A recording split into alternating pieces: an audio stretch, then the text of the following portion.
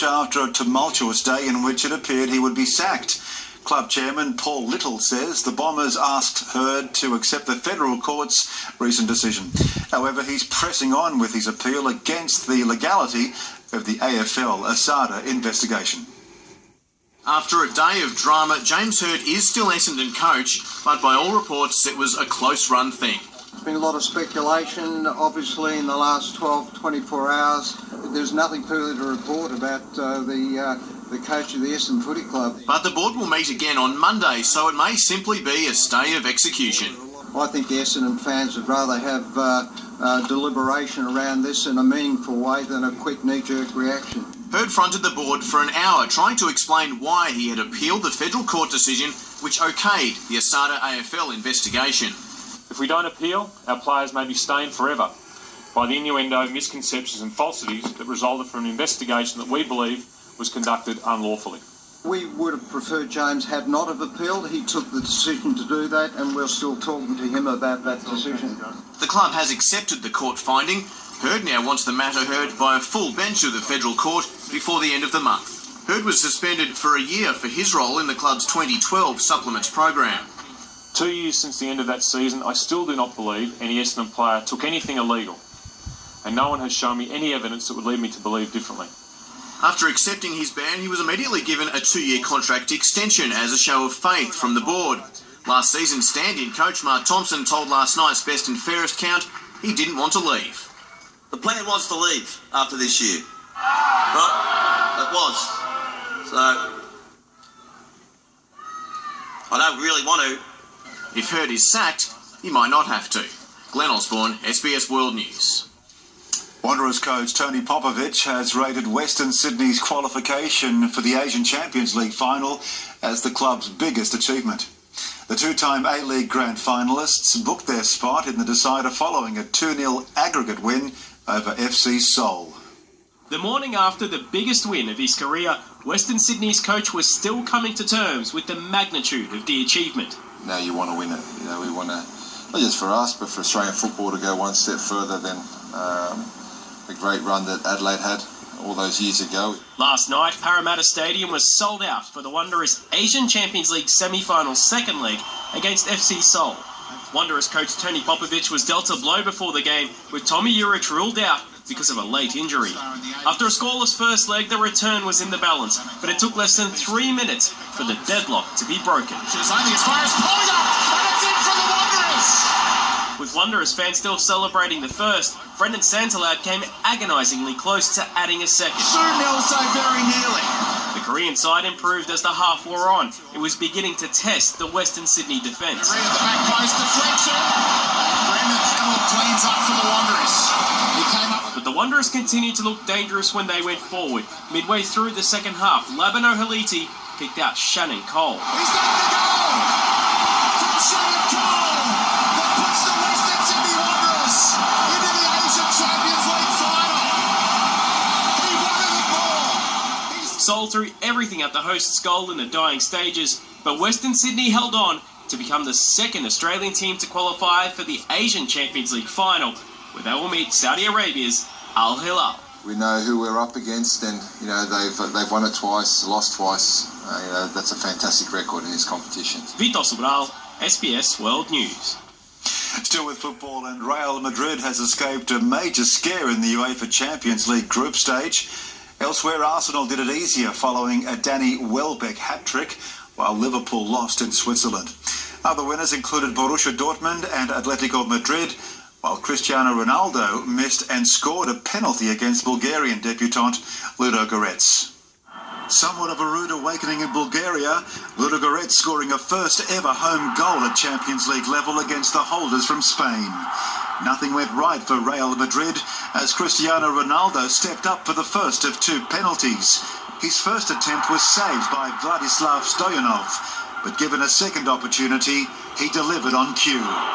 A draw would have been a fitting result for a side that played with plenty of confidence. But hearts were broken as Karim Benzema sealed the deal for Real Madrid to continue its perfect winning record of 2 from 2. Happy anniversary to Arsene Wenger. 18 years to the day since arriving at Arsenal, the Gunners turned on the attacking flair. Danny Welbeck was the star of the show, the England striker providing a cutting edge and help ignite Arsenal's fortunes, having lost to Borussia Dortmund in matchday 1. Despite being reduced to 10 men, signs of encouragement for Wenger and his newest lively recruit. Atletico Madrid also reignited its campaign, Turkish midfielder Arda Turan providing the winner against Juventus, who were criticised for failing to make a single attempt on goal over 90 minutes. And it's back to the drawing board for Liverpool. Captain Stevie Gerrard accusing his side of being soft all over the pitch following the 1-0 defeat to Basel.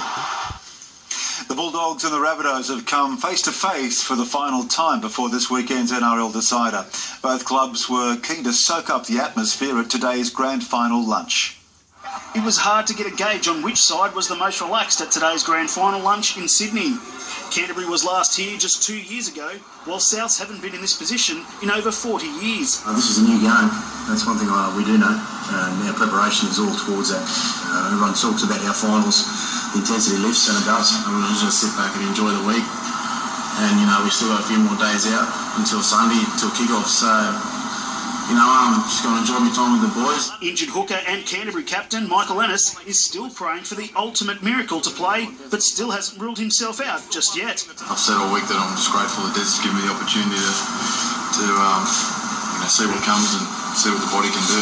Another dog carrying an injury, halfback Trent Hodkinson, declared he'll be right for the big one. I'm going to have a kick around on Saturday, and that's the least of my concerns at the moment. I'm just focusing on preparing well and getting it 100%. The NRL couldn't have asked for two more passionate and well-supported sides to play in the grand final, with the match officially a sellout. It's captured the imagination of an entire city here in Sydney. Anyone who's been through the Redfern community, which I have yesterday, it's astounding. All that's left now is 80 minutes, and then we'll know if it's Canterbury supporters shouting, "Who let the dogs out?" or if it'll be Souths fans singing, "Glory, glory." Chris Flanders, SBS World News. Kurtley Beale's latest off-field indiscretion has led to his dumping from the Wallaby squad to face Argentina. Beale was allegedly involved in a heated slanging match with a team official during a flight from Johannesburg to Sao Paulo. The Wallabies take on the Pumas in Mendoza on Sunday morning. Australia's netball team, the Diamonds, have commenced their Constellation Cup series against New Zealand with a crushing 17-goal win in Invercargill. Unbeaten in over 12 months, Australia dominated a typically physical clash against their arch-rivals. Game 2 of the 4-match series is in Melbourne next week. And finally in sport, it's been a long time since Newcastle lifted the A-League title. In recent times, disappointing signings have hampered the Jets' chances. In tonight's special feature, we profile a team hoping to resurrect past glories. The Jets' 2008 Grand Final triumph is now a distant memory, but there is renewed optimism ahead of the new season. New coach on board, many new faces to the club, a lot of new signings that we've made, and 4 years without making the finals, it's definitely a year to turn it around, and we've definitely got the quality in the side to do that. Phil Stubbins' 2-year contract is expected to bring stability to the club. There's a transitional period that we've gone through at this point in time. There's been a lot of change, and with changes, you need time to bed things in. The departure of key players Adam Taggart, Josh Brillante and skipper Ruben Zadkovic has left a hole. However, new Argentine recruits Geronimo Newman and Marcos Flores suggest plenty of firepower. We have a new international players coming, and I have full of hopes, and I think we're going to do right. While Northern Ireland international John Steele is promising, in keeping with his name, plenty of resolve. Obviously a hard-working guy first off, and hopefully to help my team get better, and then hopefully a bit of flair here and there. The Jets will begin the new season with 4 away matches, including road trips to Wellington and Perth. Despite the tough draw, though, the players know they will need to find some momentum right from the start. Yeah, definitely, especially in the A-League. If you can get it clicking early, then, it's going to be hard to come to this stadium and play against us. The Jets open their campaign against the Central Coast Mariners on October 11. Scott McIntyre, SBS World News. Yes, and live coverage of Season 10 of the A-League kicks off next Friday. Seems like only yesterday when it first started, but you can join us from 7:30pm in the East for the opening blockbuster between Melbourne Victory and the Wanderers. All on SBS 1. So let me get this right. AFL finished last week. The NRL season finishes this week. And the A-League season starts the week after. There's no finish line. There's no finish line. No finish line. Too much sport is never enough, Never Tomo. enough. You should know that. I know, I do.